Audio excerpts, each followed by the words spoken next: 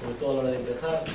Yo creo que siempre, gracias a los ánimos de la Diputación y en especial de su presidente, somos capaces de conseguir el éxito de la permanencia. Nuestra obligación es llevar el nombre de Ourense lo más alto posible, con dignidad, y eso es lo que hemos hecho el año pasado.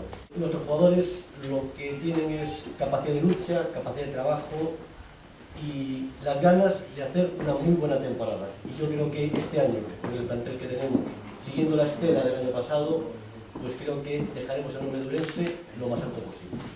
También queríamos dar las gracias al Padronado de Turismo, que gracias a ellos, pues toda nuestra equipación va a lucir el nombre de Ourense.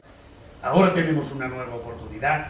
Os pido, por favor, y pido desde aquí a la Diputación, al Ayuntamiento, a las instituciones y a los ciudadanos de Ourense y a todos vosotros, al cuerpo técnico, a todos los que estáis trabajando ahí con el club, que ayudemos al presidente, que seguro que el presidente saca a este equipo adelante y lo llevará a donde Ourense merece que esté su equipo de baloncesto. Nosotros tenemos mucha confianza en vosotros y sabemos que vais a llevar con orgullo el nombre de Ourense, y nosotros nos sentimos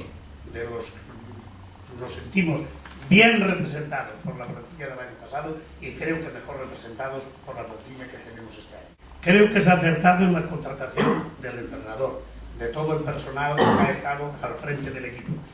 Creo que con vosotros este año, con esta plantilla, que como dijo él es la plantilla más barata de España, pero eso no quiere decir que no sea la mejor plantilla de España.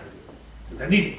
Por eso nosotros tenemos muchas esperanzas en vosotros, y la Diputación, que estuvo siempre con Ourense Baloncesto, va a estar, como acabo de decir, con su presidente, con su entrenador, y va a estar con vosotros.